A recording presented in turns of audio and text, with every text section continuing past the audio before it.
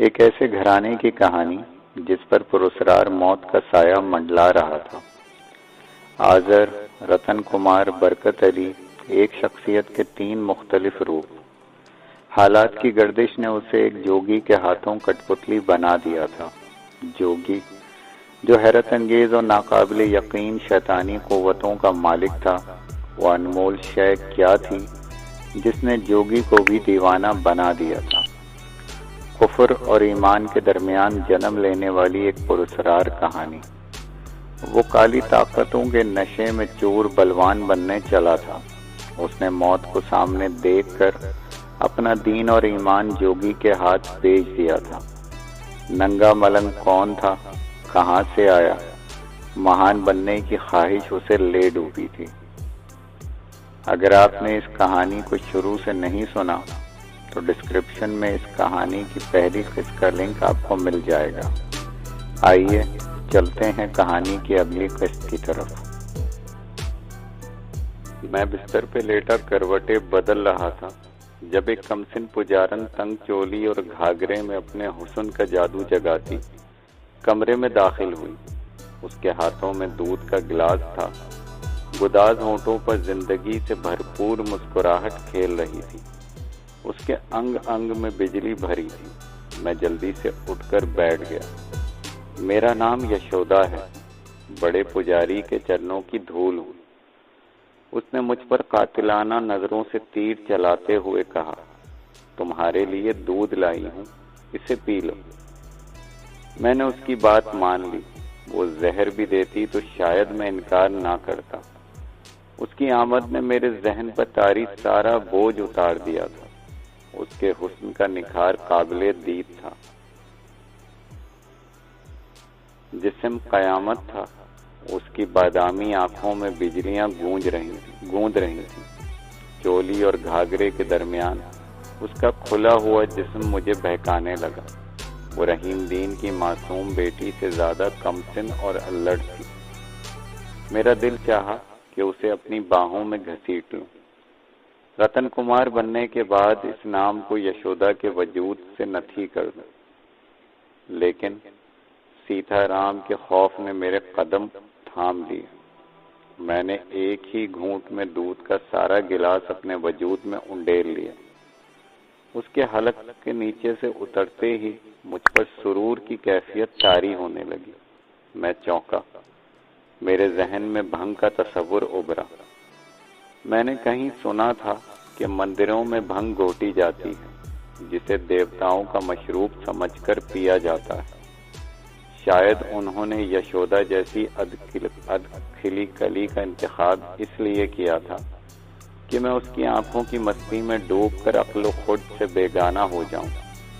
वो अपने मकसद में कामयाब हो गए थे। दूध में भंग या कोई और नशावर चीज मिलाकर उन्होंने मेरे ईमान को और आलूद कर दिया था। ये इंद्र देवता का सोमरथ है, यशोदा इठला कर बोली। सिर्फ किस्मत वालों को मिलता है। इसे पीकर मनुष्य बहक भी जाता है। उसने अपनी नीलगू आंखों में झांका। कदम लड़खड़ाने लगते हैं। वो शर्मा कर दोहरी हो गई। उसके बदन की सोंधी सोंधी महक मेरे वजूद को गुदगुदाने लगी। उसकी आंखों में भी रंग बरंगे डोरे तैरने लगे। वो मेरी बातों का मफहूम समझ गई थी। तुम्हें जाने की जल्दी तो नहीं है? मैंने बहके हुए लहजे में सरगोशी की। कोई काम है क्या?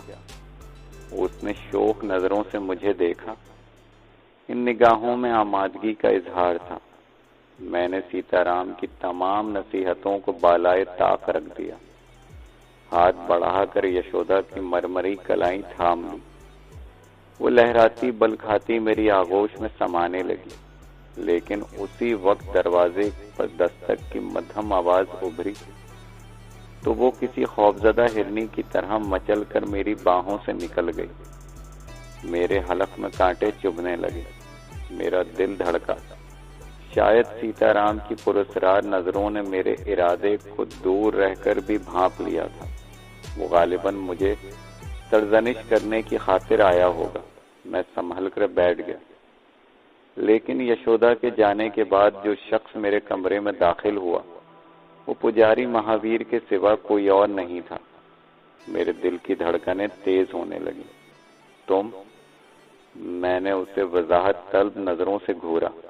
मेरा नाम महावीर है, अपना मित्र समझो, उसने मध्यम आवाज में कहा।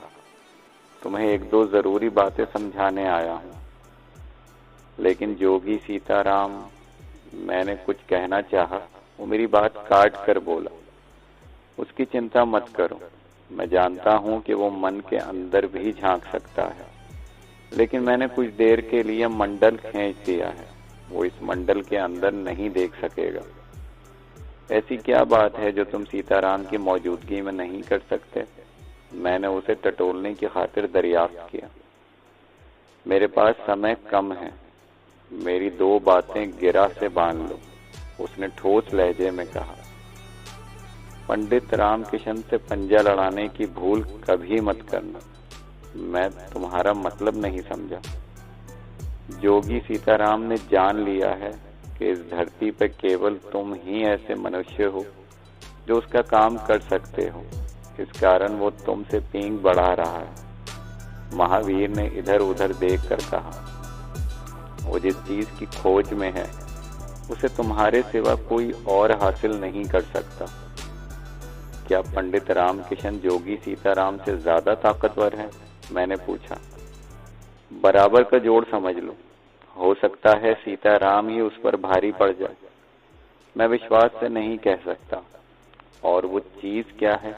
मैंने संजीदगी से दरियाफ्त किया। जवाब में महावीर कुछ कहना चाहता था, लेकिन अचानक फिजा में ऐसे धमाके हुए जैसे दो मारवाई कुव्वतें आपस में टकरा गई हों। महावीर ने मुझे इशारे से खामोश रहने की ताकीद की, फिर पलटकर तेजी से बाहर निकल गया। मैं खामोशी से बिस्तर पर लेट चुका था जब एक दराज कद पुजारी लपकता हुआ कमरे में दाखिल हुआ। क्या बात है? मैंने लापरवाही से पूछा। जोगी महाराज ने कहा था कि मैं तुम्हारा ध्यान रखूं, उसने कमरे में इधर उधर नजरें दौड़ाते हुए कहा। कौन हो तुम? मैंने यूं ही दरियाफ्त किया। महाराज का पुराना सेवक हूं, वो हाथ बांध कर बोला।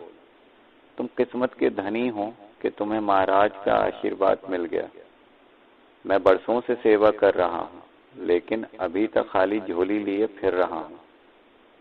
सेवा जारी रखो, तुम्हारा नंबर भी आ जाएगा, मैंने लापरवाही से कहा। फिर जमाई लेकर करवट बदल ली। मेरे जहन में महावीर के जुमले गूंज रहे थे। उसकी बात अधूरी रह गई थी। शायद सीताराम को उसके मंडल की भनक मिल गई थी, इसलिए उसने किसी पुजारी को मेरे कमरे की सुनगुन लेने को भेजा था। वो खासी देर तक उस चीज के बारे में सोचता रहा जिसके हुसूल की खातिर जोगी की शैतानी कुव्वतें मेरे गिर्द जाल बुन रही थी। मेरे जहन में मुख्तलिफ सवालात गुडमिट हो रहे थे। वो क्या कीमती शय थी जिसे सीताराम की कुव्वतें भी हासिल नहीं कर सकती थी? पंडित रामकिशन कौन था? सीताराम और पंडित रामकिशन का उस शय से क्या ताल्लुक था जिसे महावीर के कहने के मुताबिक मेरे सिवा कोई और हासिल नहीं कर सकता था? महावीर ने मुझे इस बात से क्यों बाखबर किया था? उसे मुझसे क्या हमदर्दी थी? क्या खुद वो भी उस शय की तलाश में था? मैं किसी आखिरी नतीजे की तलाश में था, लेकिन यशोदा ने मुझे दूध में जो नशेली शय पिलाई थी वो तेजी से अपना काम कर रही थी। चुनाचे मैं ज्यादा देर तक बेदार ना रह सका। दूसरी सुबह मेरी आंख देर से खुली। मैं चाहता था कि मंदिर से जाने से पहले एक बार महावीर से मुलाकात कर लूं, लेकिन मुझे इसका मौका नहीं मिला। नाश्ते से फारिग होने के बाद जोगी सीताराम ने मंदिर के बड़े पुजारी से इजाजत ली और मेरा हाथ थामकर बाहर आ गया। मैंने आखिरी वक्त तक इधर उधर देखा, लेकिन महावीर कहीं सामने मौजूद ना था। मेरा जहन फिर उलझने लगा। हमारा सफर बड़ा तवील था। हम ढाका से कलकत्ता गए, वहां से बनारस, इलाहाबाद और अमृतसर होते हुए हिमालय की बर्फपोश पहाड़ियों की तरफ निकल गए। सीताराम बड़ा सख्त जान जोगी था। सफर के दौरान भी वो पूरी तरह चाको चौबंद नजर आ रहा था। शुरू शुरू में मेरी हालत गैर रही, फिर सफर से उकता जाता, लेकिन फिर मैं भी ढीठ बन गया। मैं मजहब से जितना दूर होता जा रहा था, इतना ही मेरे अंदर का गुबार बढ़ता जा रहा था। रास्ते भर सीताराम मुझे अपनी जिंदगी के अजीब और गरीब किस्से सुनाता रहा, देवी देवताओं के बारे में जानकारी कराता रहा। उसने मुझे कई जाप याद कराए। वो मुझे बार बार कराता था कि दुनिया में सबसे बड़ी चीज ताकत है। देवता का जाप जिसकी मुख्तलिफ मुद्दत होती है, इंसान को फौलाद बना देता है। वो कुंदन हो जाता है, फिर उसे किसी चीज की हाजत नहीं रहती। वो जो चाहता है पलक झपकते में मिल जाता है। मंत्र के बैर उसकी ख्वाहिश को पूरा करने में पेश पेश रहते हैं। मैं सीताराम की बातों से उलझने लगा, मगर एक दिन मैंने तय कर लिया कि जब ओखली में सर दे ही दिया है तो फिर धमाकों से क्या डरना। मेरे अंदर बार बार ये जज्बा सर उभारता था कि मैं इतनी ताकत हासिल कर लूं कि सीताराम को नीचा दिखा सकूं। आज मैं उसके इशारे पर चल रहा हूं, कल उसे अपने सामने झुकने पर मजबूर कर दूं। दिल में इस ख्वाहिश के बेदार होने के बाद मैं जोगी से कुरेद कर काली, दुर्गा देवी, विष्णु महाराज और दूसरे देवी देवताओं के बारे में पूछता रहा। सीताराम खुश था कि मैं पूरी तरह उसकी मुट्ठी में हूं। मैं कोई और ख्वाब देख रहा था। सफर के दौरान भी मुझे महावीर की बात याद आती रही। मैंने मुताद्दिद बार सीताराम से मालूम करने की कोशिश की कि वो मेरे जरिए क्या काम कराना चाहता है, लेकिन वो मुझे हर बार टाल देता या गुफ्तगू का रुख बदलकर अपनी राम कहानी शुरू कर देता। हिमालय की बर्फपोश पहाड़ियों पर पहुंचकर उसने मेरे लिए एक महफूज गुफा तलाश की। मैं उसके बताए हुए तरीकों से मंडल खींचकर आलती पालती मारकर बैठ गया। जो मंत्र मुझे सीताराम ने बताया था वो मैंने याद कर लिया था, जिसकी मुद्दत 40 दिन थी। 40 दिन तक किसी पहाड़ के गार में भूखे प्यासे बैठा रहना एक दुश्वार गुजार मरहला था, लेकिन अब मुझे जिंदगी की परवाह नहीं रही थी। इंतकाम का एक जज्बा था जो जुनून की शक्ल इख्तियार करता जा रहा था। इसी जुनून ने मुझे कामयाब किया। 2-4 रोज तक मैं इस वीराने और मौसम की बदलती कैफियतों से परेशान रहा। कई बार मेरे दिल में ख्याल आया कि मंडल से निकलकर जिस तरफ सींग समाये भाग खड़ा हूं, किसी बुलंद पहाड़ी से अपने वजूद को आंख बंद करके नीचे की तरफ गिरा दूं, सारा किस्सा एक ही दफा पाक हो जाए। लेकिन फिर मुझे ख्याल आता कि अगर मरना ही था तो मैंने जोगी सीताराम की बात उस वक्त क्यों कबूल की, जब ढाका के उक़ूबत खाने में मुझे पुलिस के मजालिम बर्दाश्त करने पड़ रहे थे। मैं सीताराम के साथ कोई समझौता करने से सख्ती से इनकार कर देता तो बात इतनी आगे ना बढ़ती, लेकिन अब तीर कमान से निकल चुका था। 1 हफ्ते की जानलेवा मुशक्कत के बाद मैं मंत्र पढ़ने का आदी हो गया। मौसमों की तब्दीलियां भी मेरे ऊपर असरअंदाज होने से गुरेज करने लगी। शायद मेरे अंदर पैदा होने वाली वहशतें देखकर वो भी मुझसे कतराने लगी थी। मैं मंदिर में बैठा जाप करता रहा। सीताराम ने कहा था कि जाप के दौरान शैतानी और गंदी कुव्वतें मुझे भेष बदल बदल कर परेशान करेंगी, लेकिन अगर मंडल के अंदर रहा तो वो मुझे तकलीफ नहीं पहुंचा सकेंगी। मगर मेरे साथ ऐसा कोई काबिल जिक्र हादसा भी पेश नहीं आया। शायद देवी को भी मेरा रूप पसंद आ गया था। वो मुझ पर मेहरबान हो गई तो फिर सारी मुश्किलात दूर हो गई। 40 रोज में मेरी हालत अजीब हो गई थी। मेरा पूरा जिस्म पत्थर बन चुका था। गर्दो गुबार और सर्दी के थपेड़ों ने मेरे चेहरे की रंगत भी बदल दी थी। मेरे सर और दाढ़ी के बाल भी खोदरो जंगली झाड़ झनकार की तरह बढ़ चुके थे। लेकिन मेरी जबान किसी मशीन की तरह इस मंत्र के बोल दोहराती रही जो सीताराम ने मुझे याद कराए थे। उसने कहा था, मुझे दिनों के शुमार करने की जरूरत पेश नहीं आएगी। या तो 40 रोज मुकम्मल होने के बाद वो खुद मुझे लेने आएगा, या कोई और अलामत ऐसी जाहिर होगी जो मुझे मेरी कामयाबी का एहसास दिला देगी। मंडल में बैठकर जाप करने के दौरान मुझे किसी गंदी कुव्वतों ने डराने की कोशिश नहीं की। अलबत्ता एक बार जब जाप मुकम्मल होने में शायद कुछ दिन बाकी रह गए थे, मुझे दादा जान सामने खड़े नजर आए। उनके नूरानी चेहरे पर उस वक्त जलाल की कैफियत तारी थी। वो मुझे कहर आलूद नजरों से घूर रहे थे और पेचोताब खा रहे थे। मलाउन, क्यों अपनी आक़िबत खराब कर रहा है? अब भी वक्त है, हिसार तोड़कर बाहर आ जा, उन्होंने गर्जदार आवाज में कहा।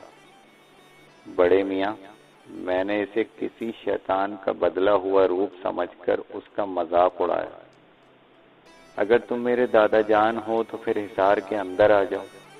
मेरी बात मान ले बदबख्त, अभी निजात का रास्ता तेरे अपने हाथ में है। सच्चे दिल से तौबा कर ले, वरना तेरी मट्टी बुरी तरह पलीद होगी। दादा जान की शक्ल वाले ने तिल मिलाकर कहा, तुम एक बार मंडल में कदम रख कर तो देखो, तुम्हारी मट्टी मुझसे पहले पलीद हो जाएगी, जलकर खाक हो जाओगे। नाहंजार वो गुस्से में लरजने लगा। जानता है तू किससे बात कर रहा है? हाँ, तुम किसी शैतान की बदरू हो जो मुझे मेरे इरादे से रोकने आई है। मैंने गुर्रा कर कहा, जा, चला जा, फिर दोबारा इधर का रुख ना करना, वरना जलकर राख हो जाएगा। फिर मैंने आंखें बंद कर ली और पूरी तवज्जो से मंत्र पढ़ने लगा। कुछ देर बाद मैंने दोबारा आंख खोली तो वहां कोई भी नहीं था। मुझे न वक्त का एहसास था, ना ही मैं दिनों का शुमार कर रहा था। लेकिन वो शाम आज भी याद है जब गार में अंधेरा फैलना शुरू हुआ था। तारीकी अपना दामन फैला रही थी, अंधेरे तेजी से फैल रहे थे। जब मैंने रोशनी का एक दायरा नमूदार होकर अपनी तरफ बढ़ते देखा, उस दायरे के अंदर एक हसीन औरत अपनी तमाम तर हशर सामानियों के साथ खड़ी मुस्कुरा रही थी। उसका हुस्न मेरी निगाहों को चकाचौंध पैदा कर रहा था। वो आहिस्ता आहिस्ता रोशनी के दायरे के साथ मेरी तरफ कदम बढ़ा रही थी। उसके मचलने का अंदाज भी गजब का था। मैंने इतनी खूबसूरत और भरपूर औरत पहले कभी नहीं देखी थी। मेरा जहन बटने लगा। सीताराम की आवाज मेरे कानों में उभरी, बालक, एक बात का ध्यान रखना, अगर तूने जाप पूरा होने से पहले बाहर निकलने की कोशिश की तो अच्छा नहीं होगा। पलीद आत्माएं तुझे रूप बदल बदल कर तेरे इरादे से रोकेंगी, पर तू उनकी तरफ ध्यान ना देना। अगर तू डर गया तो सारा किया कराया सत्यानाश हो जाएगा। ये भी हो सकता है कि तेरा दिमाग पलट जाए, तू दीवाना हो जाए, तुझे अपने जीवन के बारे में कुछ भी याद ना रहे। जब कोई ऐसा समय आए तो मंत्र के बोल ऊंची आवाज में पढ़ना शुरू कर देना। गंदी आत्माएं तेरी नजरों से ओझल हो जाएंगी। तूने जो मंडल खींचा है उसमें कोई मनुष्य या शैतानी शक्ति कदम नहीं रख सकती, वरना जलकर भस्म हो जाएगी। मेरी बात गिरा से बांध ले। जाप के आखिरी दिन बड़े कठिन होते हैं। मैंने मंत्र के बोलों को बुलंद आवाज में पढ़ने की कोशिश की, लेकिन कामयाब नहीं हो सका। मंत्र के बोल मुझे याद नहीं आ रहे थे। मेरी नजरें उसी हसीन औरत पर मरकूज थीं जिसके दोनों शानों पर 2 नागिनें कुंडली मारे बैठी लहरा रही थी। उसके सर पर रोशनी के झमाके हो रहे थे। वो मेरे मंडल के करीब आकर रुक गई। उसकी नजरें मेरे चेहरे पर मरकूज थीं। उसके होंठों के बैजवी गुदाज पर मुस्कुराहट खेल रही थी। खबरदार, मैंने सारे जिस्म की कुव्वत जमा कर बमुश्किल मुखातिब किया, मंडल में कदम रखने की गलती मत करना, वरना जलकर राख हो जाएगी। तुम्हारा नाम रतन कुमार है ना? उसके होठों पर जुम्बिश हुई तो फिजा में घंटियों की मशहूर कुन आवाजें गूंजने लगी। हाँ, मैं रतन कुमार हूँ। मैंने उसे घूरते हुए पूछा, तू कौन है? किसकी शक्ति प्राप्त करने के कारण धूनी रमाए बैठा है? वो मेरा सवाल नजरअंदाज करके बड़े पुरवकार अंदाज में बोली, किसके लिए जाप कर रहा है? दफा हो जाए यहाँ से, वरना मैं तुझे भस्म कर दूंगा। मैंने पैंतरा बदलकर उसे ललकारा। तुम मुझे अच्छे लगे रतन कुमार, इसलिए बैर बुलाऊं? ने तुम्हें डराने की कोशिश नहीं की। वो कदम आगे बढ़ाते हुए एक अदा से बोली, तुम जिसके लिए जाप कर रहे हो मैं उसी का दूसरा रूप हूँ। तुम किस्मत के धनी हो जो मेरा दर्शन कर रहे हो। उठो रतन कुमार, मंडल से बाहर आकर मेरा स्वागत करो। मेरा वजूद लड़खड़ाने लगा। सीताराम की नसीहतें मेरे पेश नजर थीं, लेकिन उस हसीना और काफिर अदा का हुस्न मुझे अपनी तरफ खींच रहा था। मैं मखमसे की कैफियत से दो चार था जब उसके याकूती होंठों को दोबारा जुम्बिश हुई। मैं तुम्हारे मन का हाल समझ रही हूँ, उसने मेरी आंखों में झांकते हुए कहा। तुम इस समय हमारे सेवक जोगी सीताराम के बारे में सोच विचार कर रहे हो। उसने तुम्हें मना किया था कि मंडल से बाहर निकलने की भूल ना करना। हाँ हाँ, मेरी जबान लड़खड़ाने लगी। उसने यही कहा था। ठीक है, वो बड़ी मौसीकियत से बोली, तुम मंडल से बाहर मत आओ, मैं मंडल के अंदर आ जाती हूँ। उसके कदम उठने लगे। मेरा वजूद डगमगाने लगा। मुझे खौफ था कि वो जलकर राख हो जाएगी। मैंने उसे रोकने की खातिर चिल्लाने की कोशिश की, हड़बड़ाकर उठने की कोशिश की, लेकिन मेरी जबान जुम्बिश न कर सकी। मैं अपनी जगह बुत बन गया। वो मंडल में मेरे करीब आकर रुक गई। मेरी आंखें हैरत से पटपटाने लगी। वो यकीनन कोई बदरू नहीं थी, वरना सीताराम के कहने के मुताबिक जलकर खाक हो जाती। उसने जो कुछ कहा था वो शायद ठीक ही था। मुझे अपनी खुशनसीबी पे रश्क आने लगा। मैंने उसके सरापे को गौर से देखा, फिर उसके सामने सर झुका दिया। अल्फाज खुद मेरी जबान से अदा होने लगे। मैंने बड़ी रवानी से सीताराम की जबान बोलने लगा। देवी, तेरी बड़ी कृपा जो तूने अपने सेवक की भक्ति को स्वीकार कर लिया, वरना मैं तेरे चरणों की धूल भी नहीं। तुम्हारा मन उजला है रतन कुमार, तुम्हारे अंदर कोई खोट नहीं है। इसी कारण मैंने दुर्गा का रूप धारा है। दूसरे रूप में तुम्हारे सामने आती तो तुम चीख मारकर होशो हवास खो बैठते। ये भी तेरी कृपा है देवी। मैंने अकीदत का इजहार किया। मैं जानती हूँ कि तुम्हारे मन में क्या है। मैं तुम्हारे भविष्य की खुली किताब की तरह पढ़ रही हूँ। मुझे आशीर्वाद दे देवी, मैं अपनी मंजिल को पा लूं। मैंने हाथ बांधकर दरखास्त की। तू अपनी भावनाओं में सफल होगा रतन कुमार। उसने मेरे सर पर अपना हाथ रखकर थपकी दी। धरती की कोई शक्ति तेरा रास्ता खोटा नहीं कर सकती, परंतु अपनी मंजिल तक पहुंचने के लिए तुझे विष्णु महाराज के लिए 21 रोज तक फिर आलती पालती मारकर बैठना होगा। लेकिन इसकी खबर हमारे सेवक और तेरे गुरु जोगी सीताराम को नहीं होनी चाहिए। वो मन के भेद झांकने की शक्ति रखता है। मैंने अपना खदशा जाहिर किया। मैं उसकी महान शक्तियों का तोड़ नहीं कर सकता। रतन कुमार, उसने मुझे बाजू थाम कर खड़ा करते हुए बड़े नर्म लहजे में मुखातिब किया। तुम पुजारी महावीर को भूल रहे हो। उसकी शक्ति सीताराम से ज्यादा नहीं है, लेकिन उसने दम साधने का गुण सीख लिया है। तू मेरे हाल पर कृपा कर दे, मैं तेरा उपकार सारे जीवन याद रखूंगा। उसने मुझे घूर कर देखा। उसके चेहरे पर कई रंग बदलने लगे। वो किसी सोच में मुब्तला थी।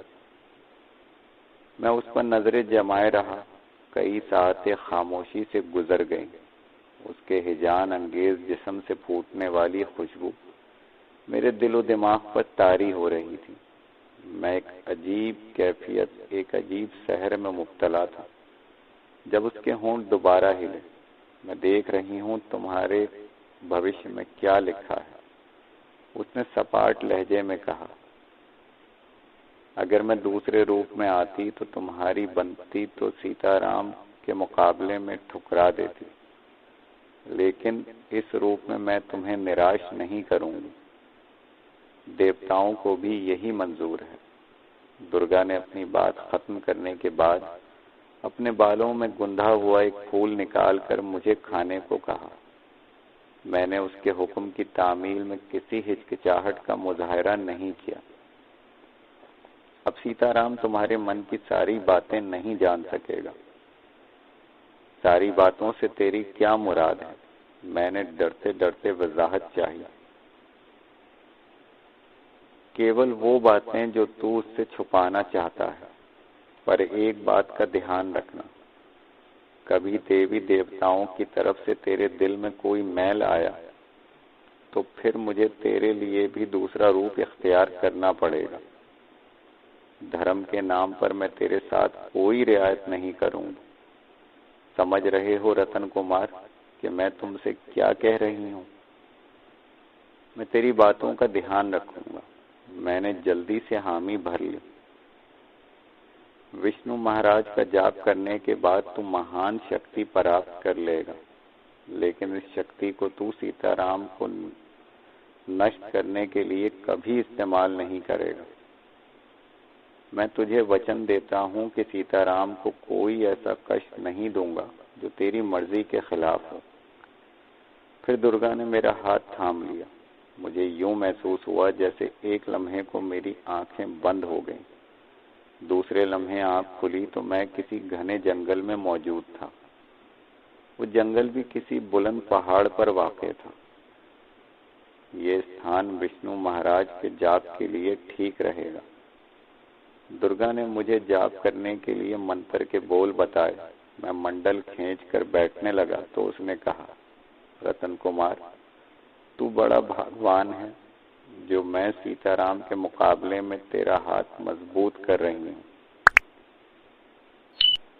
तू जाप के बाद जो शक्ति प्राप्त कर लेगा तो उन्हें कभी सपनों में भी उसके बारे में नहीं सोचा होगा। मैं महसूस कर रहा हूँ देवी, अगर तू सेवा पर ध्यान न करती तो मैं कभी सफल ना होता। मेरे पास वो शब्द नहीं कि तेरे एहसान का मोल हो सके। मैंने कुछ सोचकर उसकी शान में कसीदे पढ़ते हुए कहा, परंतु कुछ बातें ऐसी हैं जो मुझे व्याकुल कर रही हैं। देवी जानती है तेरी परेशानी का कारण क्या है, लेकिन अभी तुझे समय का इंतजार करना पड़ेगा। पुजारी महावीर ने मथुरा में जो बात की थी, मैं उसके बारे में जानना चाहता हूँ। मैंने खुलकर अपना मकसद बयान किया। नहीं रतन कुमार, नहीं, उसने संजीदगी से जवाब दिया। अभी मैं जबान नहीं खोल सकती, लेकिन मेरा आशीर्वाद तेरे साथ है। महावीर ने जो कहा था वो कुछ सोच विचार करने के बाद ही कहा था। तू जाप पूरा कर लेगा तो कठिन रास्ते तेरे लिए आसान हो जाएंगे। देवी, मैं एक प्रार्थना और करूंगा, मैंने मौके से फायदा उठाते हुए कहा। अगर तेरा ये सेवक तुझे सच्चे मन से याद करे तो क्या तू उसकी सहायता करेगी? मैंने कहा ना कि मेरा आशीर्वाद तेरे साथ है, परंतु मैंने जो कुछ कहा है उसका ध्यान भी रखना। देवी ने मायने खेज मुस्कुराहट से जवाब दिया, ये ना भूल जाना कि जोगी सीताराम हमारा पुराना सेवक है। मैं कुछ और कहना चाहता था, लेकिन वो मेरी निगाहों से ओझल हो गई। उसकी मायने खेज मुस्कुराहट और आखिरी जुमला मेरी समझ में पूरी तरह नहीं आ सका। मैं कुछ देर गौर करता रहा, फिर मंडल में बैठकर जाप शुरू कर दिया।